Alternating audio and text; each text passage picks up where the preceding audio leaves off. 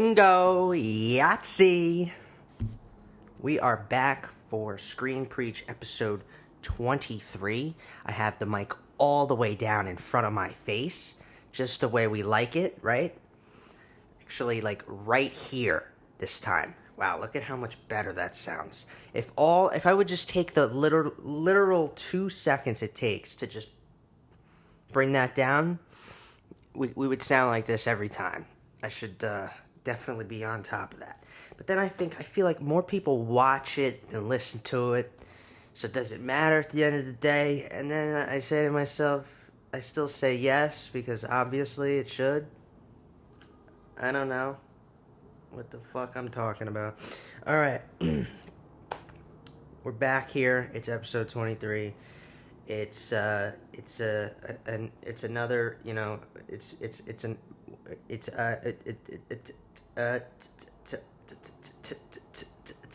today, Junior.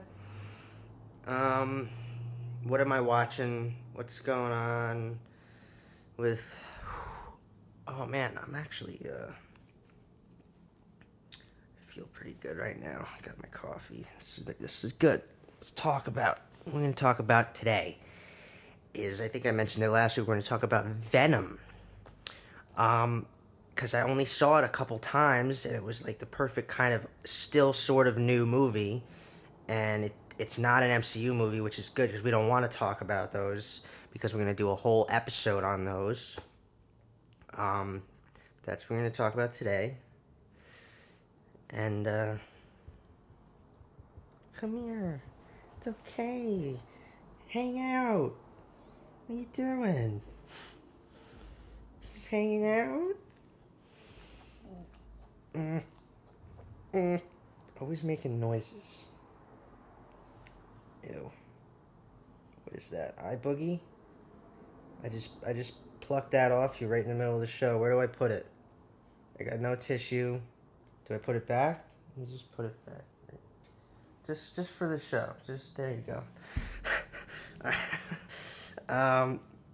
Let's see here. So what did I watch? Yellowstone is almost season 3 is almost done. We got like a few episodes left. It's not kicking. You know, he didn't give us like the kind of reversal that you expect in a season.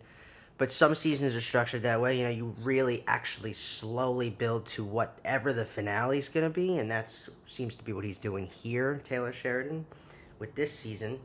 I get it. You know, season 1 and 2, a lot of shit. A lot of fucking suspenseful shit, like, going down, right? Drama to the max. He figures, let's let the characters heal a little bit. So that's a lot of what this season has been, even though there's things. See, at the same time, there's seeds being planted for future conflict, like, for reals. Still good shit. There was a reveal last week that was like, Jesus Christ. I totally called that. Like, I kind of saw it the whole time being true, and then they fucking pull it out of that, you know? It's good. It's still good. Good drama. Good Western. Speaking of Westerns, that's what I decided to watch this past week. I'll probably keep... You know, I have... Now my movie collection is close to... It's actually close to 700 movies total. Yeah. I used to never have fucking Westerns. That was the one thing, like, I always felt I lacked were Westerns. And then I'm like, all right, so I'll do a little Western. I'll watch all my Westerns, because there's not a lot of them. But I go through, and now I forgot that it was years ago that I thought that I didn't have any Westerns. Now I have a shit ton of Westerns. And I'm like, okay, this is going to be a little longer than I thought. So I'm still watching them, and I'm going to keep watching them, you know, this coming week, too.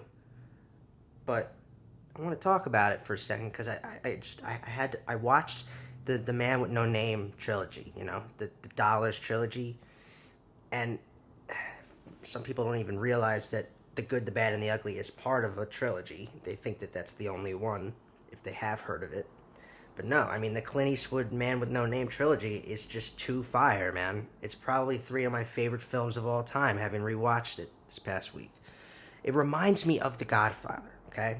It's like the style is similar, the way it's shot is similar. It's got that Italian feel to, like Leone and Francis Ford Coppola. They have like this look and this style. Um, if these films are the spaghetti western that kicked off a spaghetti western genre, right? And it's where a lot of other westerns today will pull from. I mean, literally everything pulls from these movies. When Tarantino makes westerns, he pulls from these movies. He's trying specifically to make spaghetti westerns. That's what Django was, because there were no more spaghetti westerns getting made, so Tarantino thought, fuck it, I'm gonna make one today in this day and age, and we got one of the best fucking westerns of all time with Django Unchained. And what's great about that and The Hateful Eight is he used the same composer, Ennio Morricone, who actually died recently. I think I brought it up on the show, but he scored those old spaghetti westerns, those old Clint Eastwood movies. And Tarantino brought him back to the fucking game for a little bit to do his movies, to do his westerns. They're just fucking amazing. Like, if you when you watch them now too, you have to like kind of forget that everything is pulling from those movies. Like, forget the nostalgia aspect of it. Just watch them as if you've never watched anything like it before. They still hold up. They're still just masterful. Here's the thing. The Good, the Bad, and the Ugly is the masterpiece of those three, right? That's Leone's masterpiece of all his movies. It's the best one. Especially having seen it, because I've seen that one before. It was the other two I never saw. When I watched The Good, the Bad, and the Ugly again, yeah, it's his masterpiece. But I don't think it's my favorite of the three. I still think A Fistful of Dollars is my favorite. Just the way that he beats the bad guy in that one is really, really fucking cool. I don't know. It's making me want to talk about those films for the special instead of doing comedies. But I'll keep mulling it over and I'll pick one. I'll decide before episode 25. I would love to talk about that trilogy and just do a whole episode on that trilogy.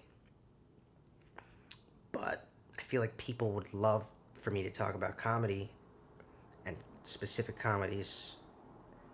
I don't know. I was going to frame it around Jim Carrey. I don't know. I'm still thinking about it. But yeah, that's what I'm watching. I don't know. I finally was able to get True History of the Kelly Gang. So I watched that. I'm going to talk about that in the next episode. The next episode won't be for a couple of weeks because I'm going away. But yeah, that's what the next episode will be. It was worth the wait, actually. I'll talk about it. But that's where we're at. You know? It's good to get another new movie in next episode too. It's a newer movie. It came out 4 months ago or something. And it's weird too because it says 2019 sometimes when you look it up. Like, it came out it didn't come out in 2019. Maybe it did. Like, initially there was like a independent, like limited somewhere release, but it didn't come out until I thought April was when it came out. But anyway, let's talk about movies today. In the name of the Godfather, the Son of Odin, and the Holy Jedi, as they used to be called, Jedi.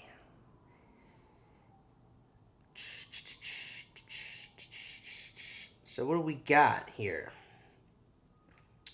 What do we got for news this week? Got some stuff, honestly, so that's good.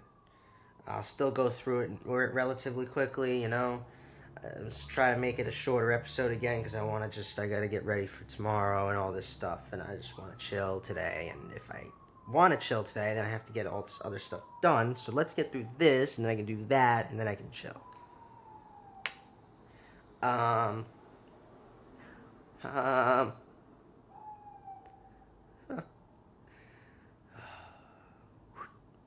So, what do we got? The first trailer for The Mandalorian Season 2 is reportedly coming this month. I'll believe it when I see it. Then again, why the fuck shouldn't it come this month if it's going to be coming out in October? I mean, Jesus. We're literally like, what, 7 weeks away from that? Fucking drop a trailer at this point. I mean, Jesus. It's coming pretty quick. We're coming up on the fucking... You got to give us a trailer now. So that would make sense for it to come out this month. Right?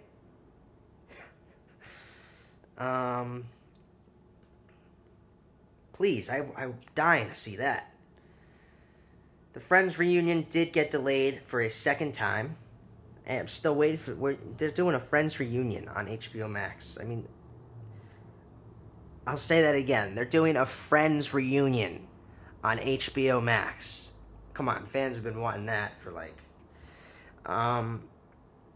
You gotta love these things, because like...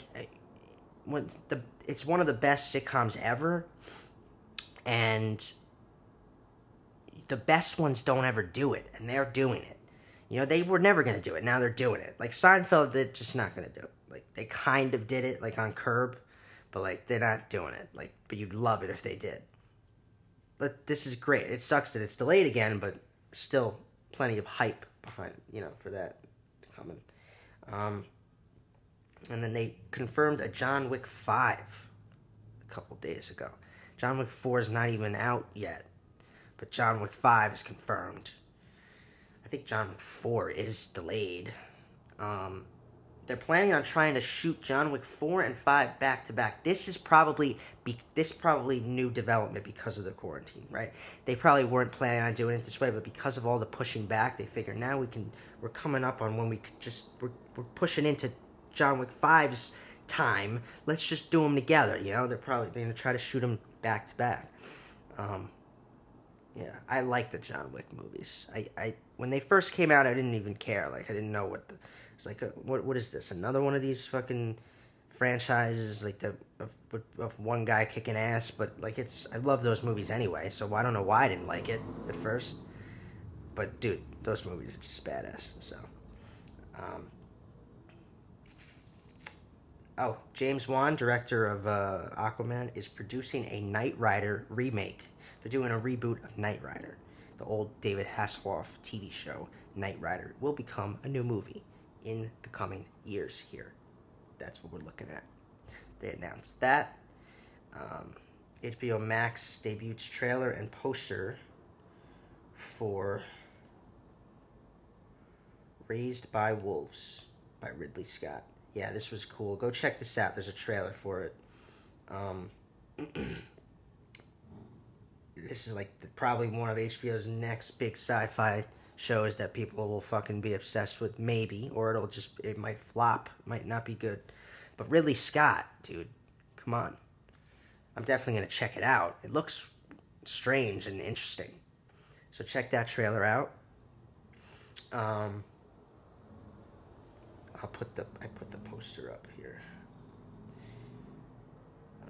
So this was news that was big because they kept pushing Mulan back and back and back. Disney had his live action Mulan. It was supposed to be out in theaters. They kept pushing it. It'll now actually be out on Disney Plus. That's the route they're taking with that one. That's how that's getting released. So I think that's gonna be in October. Mulan will be on Disney Plus. You'll have to pay for it though. Like, it's not enough you subscribe to them. You also have to pay for the movie. Mulan is not gonna make me spend $20. If they do this with Marvel, it's worth $20. But I am praying that does not happen with anything that's Marvel. I need to see Marvel movies in a movie theater. Okay. The TV shows are the TV shows. I'm still hyped to see what those are gonna be like. It's gonna be like all the actors it's like a 6-hour Marvel movie. I don't doubt it. This is the hype behind. Where's Falcon and Winter Soldier? Come on. Those, yeah, all right. They'll be on Disney Plus. That's a TV show, fine. But the movies, I gotta see in a movie theater. But you never know. They could drop all of a sudden. Black Widow's gonna be on Disney Plus. You gotta pay $20 to watch it.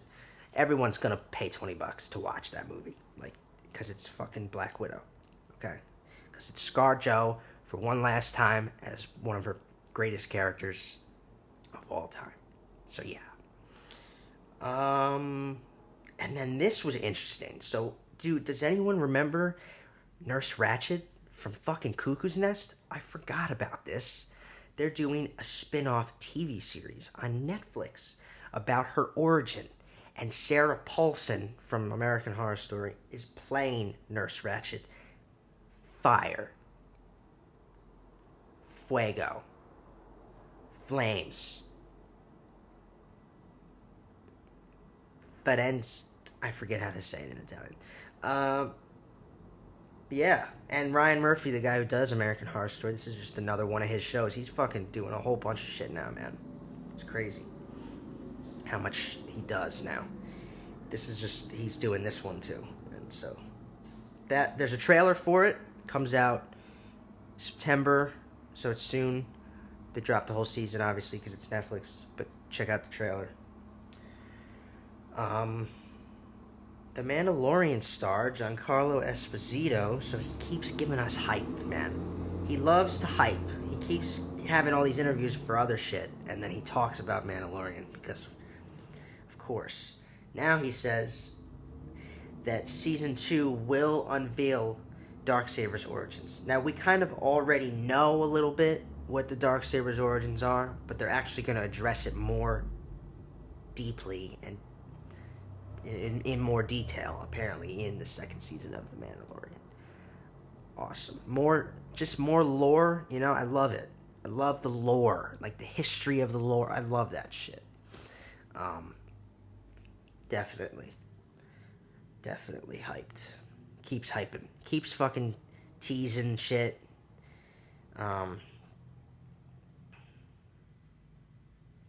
Shang-Chi work has officially resumed. This is one of Marvel's Phase 4 films. Shang-Chi has officially resumed production, so that's good news there. They have to resume production. Everything's going to be resuming production. There's still some delays, but things are also filming again, which is good. They have to, you know, it's too much money, too much money in this industry to not have things moving.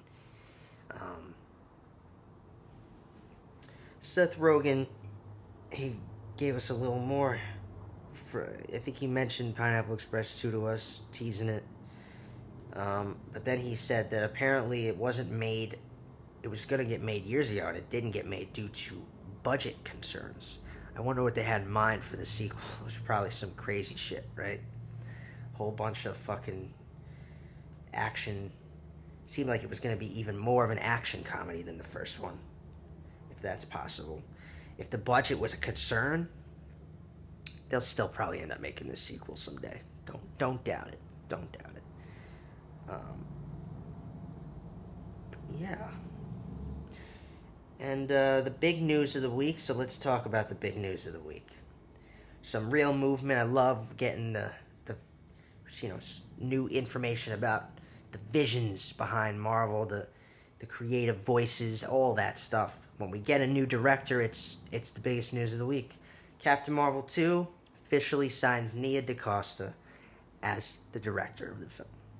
I don't actually know her work that much, but I know that she did the recent Candyman reboot, which I have brought up on the show.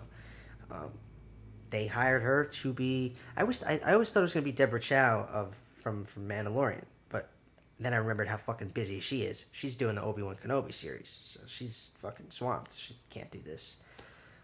So yeah, Nia DaCosta is the director of Captain Marvel 2. That's our biggest news of the week. Movement. It's good. Captain Marvel 2 needs to really fucking capture Carol Danvers' character even more. Like, just take it to the next level. Fans gotta fall in love with her, you know, like we did with fucking Tony Stark. Like, that's what we need from. I already love her. That's just because I really love Brie Larson, but the first Captain Marvel. I mentioned it in the first episode of the show. Like, it's not one of the best. It's probably one of the lesser, actually. It's probably at the bottom of the list for quality wise of all 23 films so far. But I still thought it was really good, and I still liked it. but the second one needs to knock it out of the park. So Nia DaCosta, see what you got. That is our news of the week. So I'm gonna move on to the movie of the week, which is Venom. Speaking of Marvel movies, which is not really the same Marvel. Let's talk about it. This is a good chance to talk about that a little bit, all right? I know people still get confused too. Like, how is that not Marvel? But it's Marvel because it's not Marvel Studios. Okay? It's Sony. Sony Pictures, who owns rights to Spider-Man and all Spider-Man's characters. It's why there's all this shit between Sony and Marvel trying to get Spider-Man to stay in the MCU. It's a whole thing. They're trying to do this Spider-Verse over here at the same time. And right now, it's annoying, right? Right now, you're like, what is this shit? Stop with these extras. If it's not part of that fucking continuity, that story, that large story, you're fucking with us, all right? That's what it feels like right now. But there's a multiverse coming to light where we are in the story of Marvel, right? This can just be another one of the realities. So they can make it work that way. It's the Spider-Verse, is what it is. The Spider-Verse is a real thing in Marvel. This is it. It just happens to be done by Sony. It happens to be not as good movies, too. I keep fucking using that joke. Yeah, so you see where I stand. So I'm not going to give this a fucking 9 out of 10. You know, let's talk about it. I have a parasite, right? Tom Hardy. There are funny moments in this movie. This line, the parasite line, is a recurring line. It's the funniest, too. I think it also sums up, though, this idea the film presents about being sick or having some kind of parasite that invades and infects your mind or your morals, maybe. Which here, I think, yes. Even the villain, Drake, who is boring, he's got a parasite to the extent that he is obsessed with something. I think that they play with that a little bit. Like, he seems like he's possessed, like, by some infection in his head. He's crazy, right? He's obsessed with this. It's just a way of describing best what the symbiotes, are. Like, that they are parasites, right? There's spoilers ahead. If you haven't seen Venom yet, came out 2 years ago now, and it had Tom Hardy playing a superhero, so most people fucking saw it because of that reason.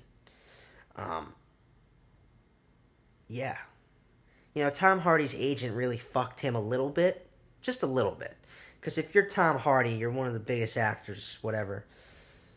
Why does this agent keep setting him up with all these roles that are like almost guaranteed to be just fucking fire? Almost, right? He's like just missing like with Capone, he should have waited until fucking David Yates' Capone movie was coming out to put Tom Hardy in a Capone movie, right? So almost, right?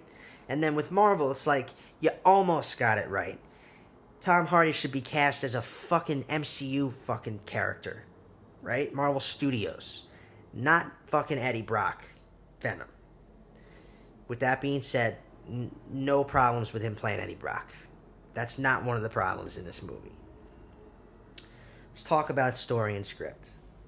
I wanted to talk about this movie only because I only saw it like once or twice, I think, maybe. So I thought it was a good little superhero movie to talk about, considering we haven't talked about one since we talked about Logan, which to me isn't even really a superhero movie, fuck. Also the fact that it has its effective moments. That's to say, it's not a piece of shit, right? It's not terrible. It's just, it doesn't quite get it done, It has effective moments. It has its flaws, but that made it interesting enough to talk about, right? So, let's get into that. It's a pretty typical origin story, right? Not necessarily a bad one in that regard, but because it's an origin story, the hero's journey should apply in some sense. That's to say, there's like this traditional, conventional hero's journey, that structure that we get with these origin films, which we do get. We get those moments, but the film suffers from a structural problem, which I'll get into. It's very clear, at least when you look at it from my eyes. So we got the inciting action, right? The inciting incident is the crash, the escaped symbiote, and we have a surviving astronaut. That's the inciting action. We also get to see immediately that the symbiotes act like a virus and spread like one if they want to. We see what a symbiote is like immediately right off the bat. They do a good job presenting us with all the information we need. It's like a parasite, this thing. The way it can keep going from person to person. I think they actually set up Eddie quickly enough. They set him up nice.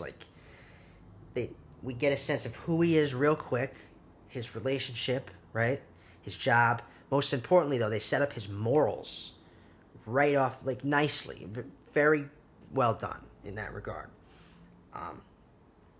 It's where it's afterward that where the structure gets The key incident is Eddie's assignment. So he gets his mission, if you want to call it his mission, right? His assignment to interview Drake, who ends up being our villain, obviously. In that interview, Eddie literally creates his arch nemesis by attacking Drake in that interview, going after things he shouldn't go after, right? But him saying he shouldn't go after it's a point of view, because just what makes Eddie morally a good guy. We get it right off the bat here. Drake is definitely not an interesting enough villain, I'll say that. So he kills innocents because of an obsession, but it's still this idea of power and control over things that just makes him kind of one-dimensional. I guess they kind of frame it they kind of frame it in him thinking it's for the best, it's for the human race, right? He thinks he's right. I guess he's a little less one-dimensional than some other villains in other superhero movies. So, sure, But at the end of the day, he's still crazy. So, it's not really uncommon. It's not something we haven't seen. Then there's that flashy climactic battle. It works, right? The symbiote that ends up being the bad symbiote, of course, merges with Drake, right? Riot and Drake, of course, right? They end up merging. So they do that on purpose, so we get that fight between fucking Venoms, if you will call them that, between symbiotes, whatever. Good and evil. We get that, it's not new to us. It's not something fresh or anything. But, they needed to have that moment, I guess. Stuff. Now, this film suffers most from its structural flaws. Like I said, let's talk about it. It's interesting because it somehow manages to have a dysfunctional structure, yet still have decent enough pacing. Now, don't confuse pacing with length of time, because in terms of I guess that's what that means, though. So the movie moves quickly enough, I think. It's just that the actual overall acts take a longer time to get to things, or things happen too quickly. So that's what I mean. I guess it is a pacing problem. I don't know what I'm fucking writing over here, saying that it's not a pacing problem, but it's too long. It's a pacing problem. That's what it is. Okay? It's not a long movie, right? It's not really. It doesn't even come. It doesn't hit 2 hours. But somehow it manages to be so expositional. After we get all this information about Eddie and everything, all of a sudden, we're spending way too much time with him after. They take too long to get to the actual him getting the fucking symbiote. That's the problem.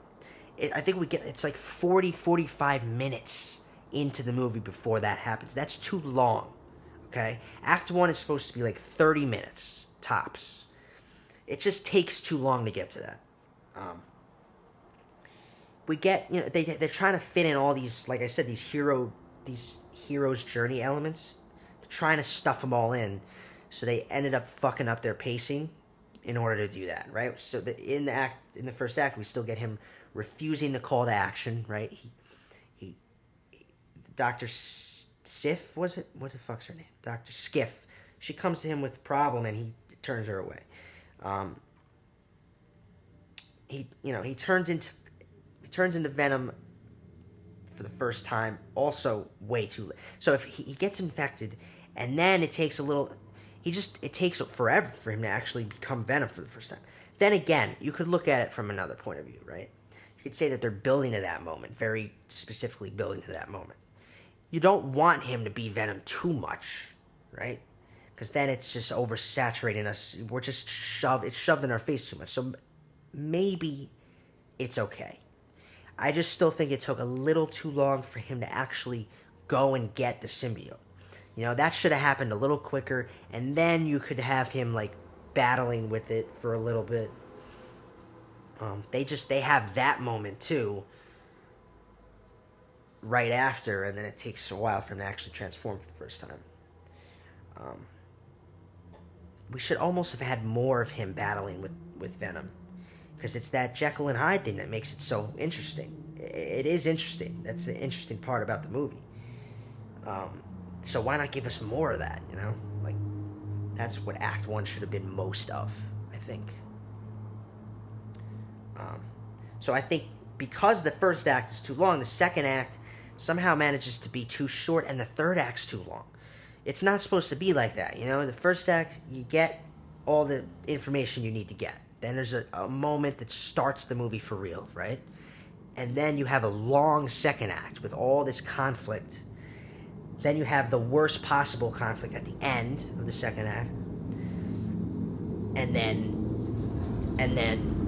third act is quick. Third act's supposed to be the quickest, You have your big climax, some falling action, whatever. That's it. Movie's over. We get like a long third act and a really short second. It was weird. It was just it was weird. My biggest quarrel was with how long it takes for him to be infected. But I also wasn't sure how much time had passed sometimes in general. Like, it seems like, for instance, he finds his ex-girlfriend dating someone else, and initially it seemed like she jumped right back into a relationship. But then I realized a little later that it seemed like, I think some time had really passed there, but they didn't do a good job making that clear enough. And then I'll talk about why she's a problematic character for me. I'll get into Annie, the character of Annie, who I didn't like her. It's not really clear why Eddie changes his mind, by the way, and decides to go after Dr. Skiff's lead, He initially refuses, and then he has a problem with Annie, and then all of a sudden he wants to, I don't know what made him really, okay, so you had an argument with Annie, and now you want to go, they didn't line up, why he all of a sudden wanted to go and investigate. Maybe because he had nothing to lose. I don't fucking know. The true start of the film at the end of Act 1, our very long Act 1, is when he gets the symbiote, right?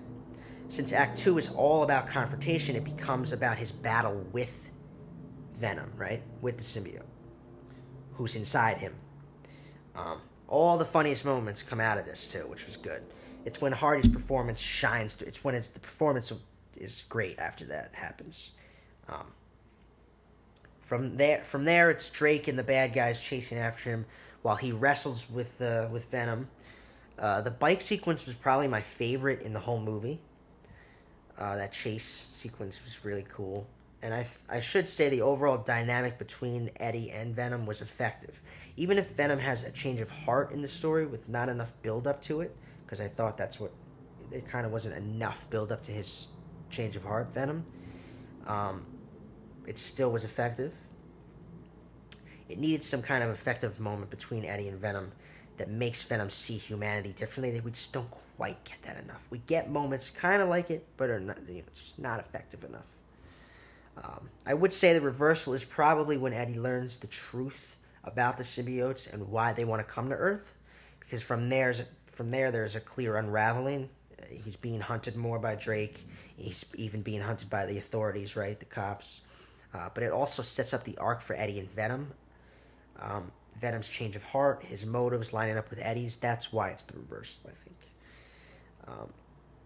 It's that moment of Eddie overcoming Venom. They become united in that moment. It's Eddie and the symbiote, right?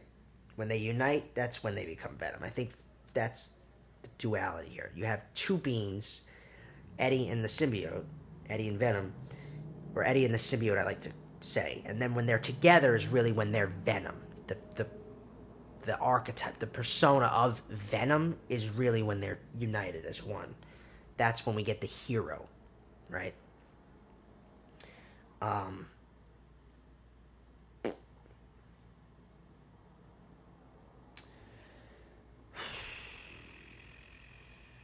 That's when we get...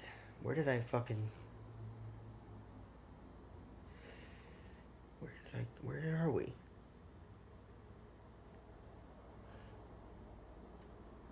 Yeah, so... There's also a clear Eddie versus Drake thing going on. That's the one downside of having a template. You get stuck fucking looking at it, trying to find your spot, and then there's fucking silence in the mic for fucking 10 seconds. Alright. So the Eddie versus Drake thing, Venom versus Riot thing, naturally. The down and out moment at the end of Act 2 is Eddie and Venom split and Eddie's capture. That was clear enough. Reaffirmation is that both Annie and Venom come to save him. Then there's a climactic fight, which doesn't make sense how fire is enough to kill Riot, but also Venom survives somehow. It's fucking weird. That didn't work for me. That was handled poorly. It's just an explosion. They both get sucked into the explosion. Why does Venom survive and Riot doesn't? That's all I'm saying. There were also just some logistical flaws. I thought Annie being merged with Venom was a little weird and forced, because it's made very clear in the beginning of the film that there's a logic behind this, that you have to actually be a match with the symbiote, otherwise you fucking... So why is Annie a fucking match too? I mean, at this point, they just kind of throw that out the window. Everyone's matching all of a sudden at a certain point. Seriously. The only main themes I could find were the obvious right versus wrong, which is typical of superhero movies. We get that consistently even early on when Eddie's morals clash with Annie's and his bosses. Then, of course, it's best summed up by the battle between Eddie and Venom and how they will be able to coexist. It's Eddie who has to overcome Venom and make him see things from his point of view. Another possible theme is this idea of being infected or sick, which I have sort of mentioned already. But they play on that. With the, when they just get into the natural, just the nature of the symbiotes themselves. Then there's a line Venom says. He says, "You did, Eddie," right? He asks him, "So what made you change your mind?" You did. It's true that Eddie is the good guy more than Venom. The fact they are both outcasts is something thrown at us to make Venom's change of heart make more sense. We should have gotten the idea that he's an outcast earlier, so that they have that in common. They just kind of use that as a way to make them more relate to each other.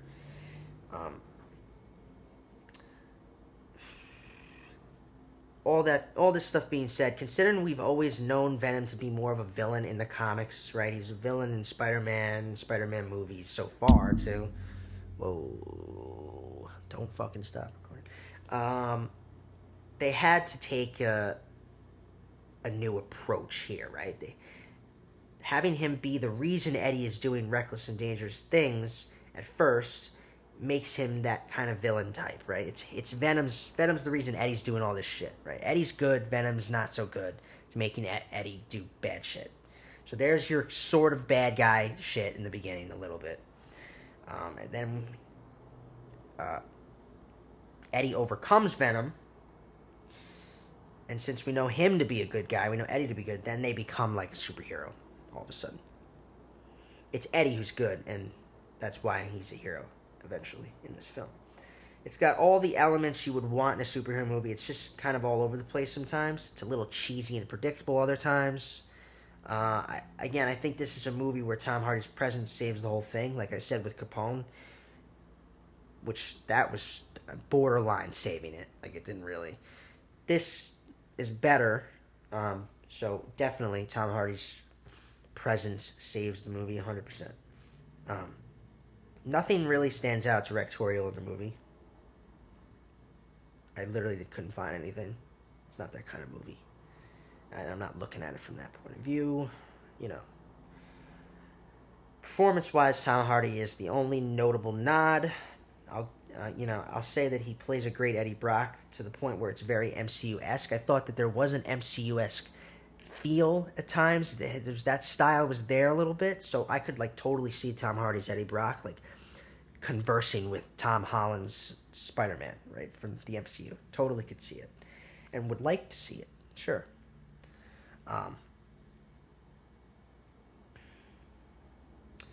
Let's just real quick, I want to bring this up.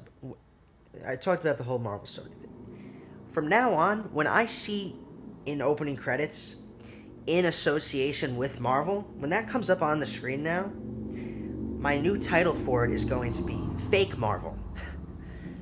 That's what that fucking is, you know? Marvel is Marvel now, okay? They've fucking earned it, too. They've earned that right. And then you try to play with characters and storylines that you don't fully understand, like how Marvel Studio does understand them. You're just being annoying. Sony's annoying to me right now with this. It's like if I were a kid and another kid wanted to play with my toys, and I let him, but he plays with those toys the wrong way, I could probably come up with a better metaphor, but yeah. It's like that. I don't know. There's probably some better metaphor, I don't know. It's as simple as this. Spider-Man and everything associated with him should only be made by the guys who have proven 23 fucking times over now, 23 films, that they are the true Marvel, and they are the guys best qualified to tell those stories. Okay? Like, it's just annoying when Sony doesn't want to give Spider-Man up because of money, and then they poop shit out that we don't care much for. I can't, Venom just manages to be good enough. You can't promise that with, like, Morbius is coming out and, like, Silver and Black. Like, there's gonna be some crap. I hope there's actually not. Like, there should be, like, a surprising fucking great one, But they're not so far really proven that they can give me that, give us that. The point is there should be no more in association with Marvel, Luckily, Sony is at least willing to work with Marvel in the case of Spider-Man. But Marvel Studios has never needed their multiverse storyline more because if Sony keeps putting out subpar Spidey films, they can be considered an alternate reality where the movies are not as good. Anyway, my overall take on the movie is that it's good, but not that good. And by good, I just mean enjoyable, right? It didn't age well for me. I saw it again, and it's not as good to see it again. Like, it's not getting better with time. I actually get a little bored watching it by the end. I think the most fun and creative aspect of this film is their approach to the Eddie and Venom relationship. That definitely was the best part, okay? This film needed to be different because we've seen the character before, right? In Spider-Man 3, he was a villain that we saw. I think they definitely did better with the character here than Spider-Man 3 did. I will say that. Their approach by having a Jekyll and Hyde element, a duality aspect, was great. Okay, that was the one really great aspect of the movie. Eddie and the symbiote are their own beings. They become Venom when they unite. So I love the voiceover of Venom. The battle within, this idea of fighting your inner demons, because that's kind of what it's a metaphor for. And then having those inner demons be physically present, all of a sudden, they're having an effect on your physical life, on things that you do, your actions, right?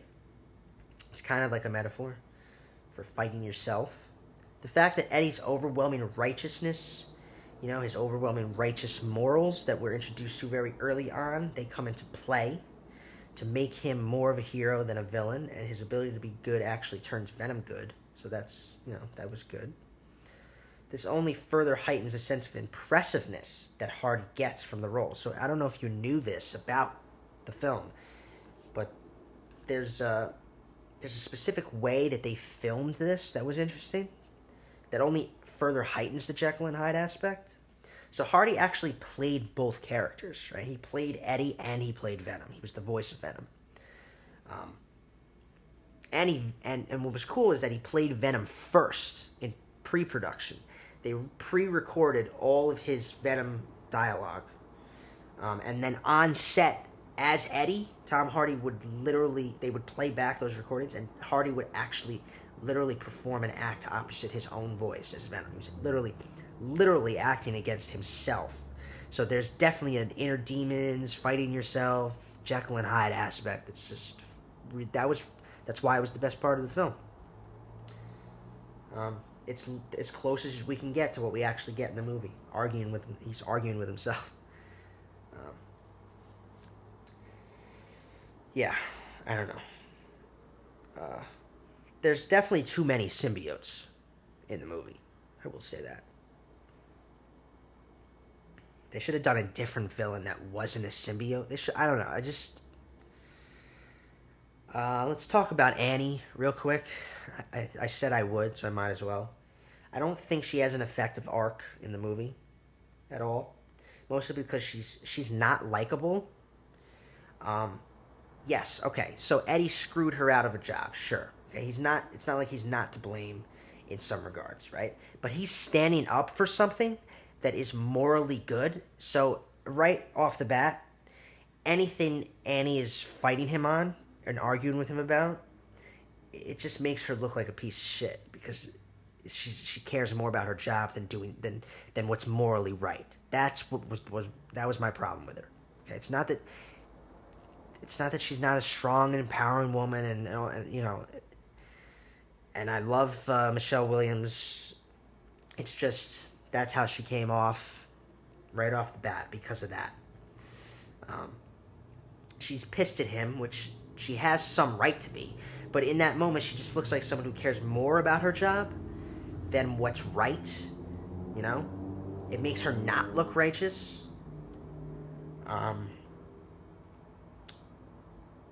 She only comes back to him later when he appears to be sick too, which was weird. It's like she came back to him when he was like something to help or save. I don't know, like a puppy or something. Like it was just a little weird when she decided to come back. I don't know, Then her character does like this whole 360, and we're supposed to just like her all of a sudden. But I would have rather there have been another female lead to oppose Annie, like another girlfriend figure that's all the things that she's not, right? Someone who's morally right, someone who's more similar to Eddie. Actually, someone who's like the Dr. Skirth character that we get, who they kill off in the movie.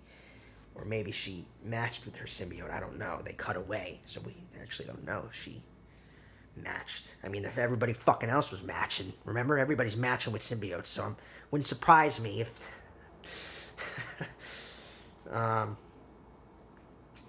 We see Annie on her date, right? She's acting really cold, and it doesn't make her turn later effective enough. She's very... I hate to be like this, but she's bitchy. That's what she's a bitch.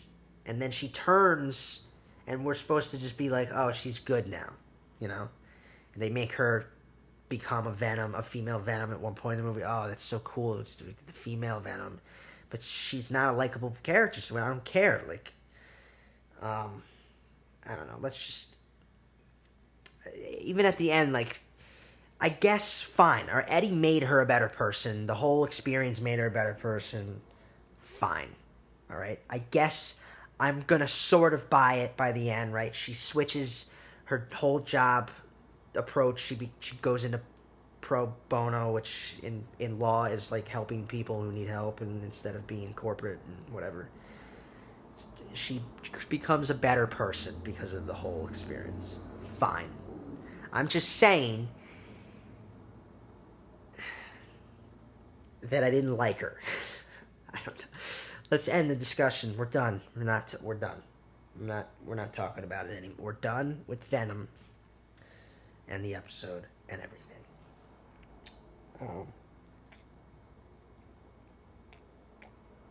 Anywho. Alright, so, I mean, it's good. It's not that good. I give it a 7.7 out of 10. Right? It's good.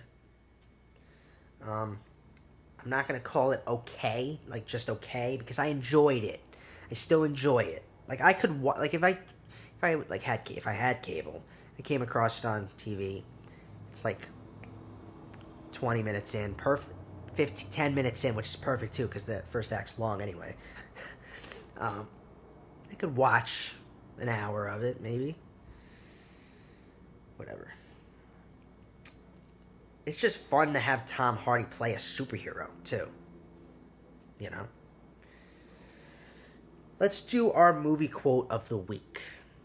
Since our genre is superhero, that's what we're going with. So, with great power comes... No, that's not gonna... That's too easy. How about this one, though? You know, if you're gonna steal cars, don't dress like a car thief, man. Name that movie. Alright.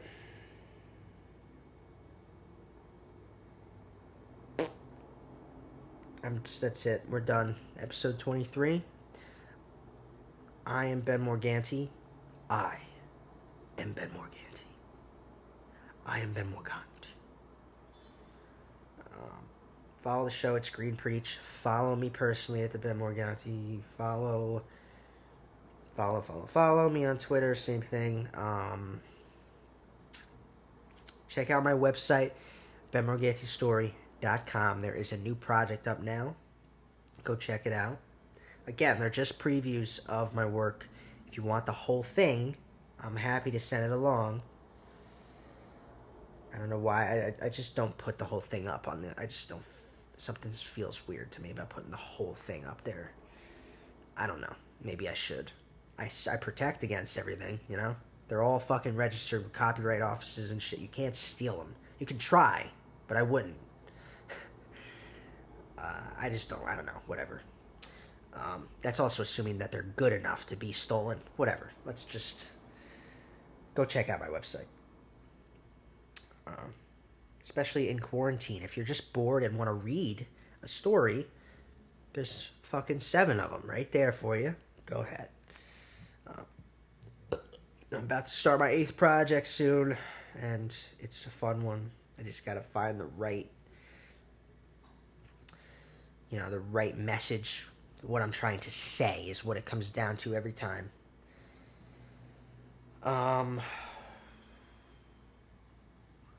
Subscribe to BMS Studios and J&J Customs. And become a patron at patreon.com/BenMorganti. And as always, I think that's it, right? We're done. Have a cinematic week.